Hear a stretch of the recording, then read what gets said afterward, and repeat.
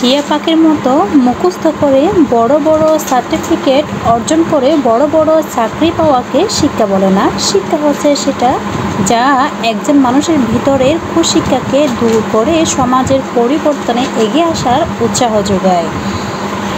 এমনভাবে বাঁচো যেন কাল তুমি মরবে, এমনভাবে শেখো যেন তুমি সর্বদা বাঁচবে। যারা কাপুরুষ তারাই ভাগ্যের দিকে চেয়ে থাকে, পুরুষ চাই নিজের শক্তির দিকে।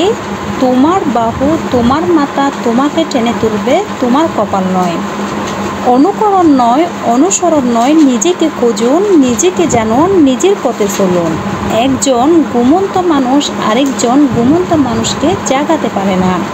হ্যাঁ এবং না কথা দুটো সবচেয়ে পুরনো এবং সবচেয়ে ছোট, কিন্তু এ কথা দুটো বলতে সবচেয়ে বেশি ভাবতে হয়। প্রাপ্তি আর প্রত্যাশার পার্থক্য হলো দুঃখ, তাই নিজের প্রত্যাশাটা একটু কমিয়ে ফেলুন, দেখবেন আপনার দুঃখ কমে গেছে।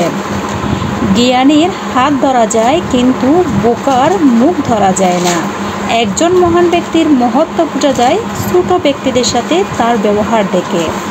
বই ভালো সঙ্গী, এর সঙ্গে কথা বলা যায়। বই সব উপদেশই দেয় কিন্তু কোনো কাজ করতে বাধ্য করে না। এই পৃথিবী কখনো খারাপ মানুষের খারাপ কর্মের জন্য ধ্বংস হবে না। যারা খারাপ মানুষের খারাপ কর্ম দেখেও কিছু করে না তাদের জন্যই পৃথিবী ধ্বংস হবে। জীবনের প্রতিটি সিঁড়িতে পা রেখে উপরে ওঠা উচিত, ডিঙ্গি উঠলে পড়ে যাবার সম্ভাবনা বেশি। জ্ঞানী লোক কখনো সুখের সন্ধান করে না। আমরা ভাবি দেশে যত ছেলে পাশ হচ্ছে তত শিক্ষার বিস্তার হচ্ছে।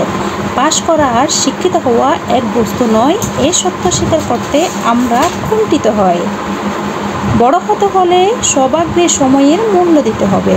বেশি কথা বলা তা যতই মূল্যবান হোক নির্বুদ্ধিতার নিদর্শন। অন্যকে বারবার ক্ষমা করো কিন্তু নিজেকে কখনোই ক্ষমা করো না। আমাদের শিক্ষার মধ্যে এমন একটি সম্পদ থাকা চাই যা কেবল আমাদের তথ্য দেয় না, সত্য দেয়, যা কেবল ইন্ধন দেয় না, অগ্নি দেয়। যদি আপনি আপনার রাগ নিয়ন্ত্রণ করতে না জানেন তাহলে আপনার অবস্থা আক্রমণ হওয়ার উপক্রম একটি অসহায় প্রাচীরহীন শহরের মতো। সাফল্যের মূল চাবিকাঠি হলো আমরা যা ভয় পাই সেগুলো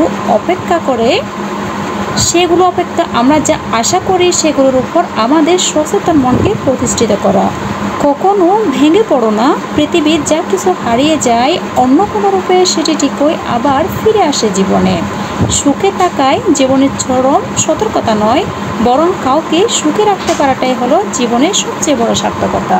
নিজের লক্ষ্য ও স্বপ্নকে আপনার আত্মার সন্তান হিসেবে লালন করুন, এগুলোই আপনার চূড়ান্ত সাফল্যের নকশা হবে। ধন্যবাদ সবাইকে। আসসালামু আলাইকুম।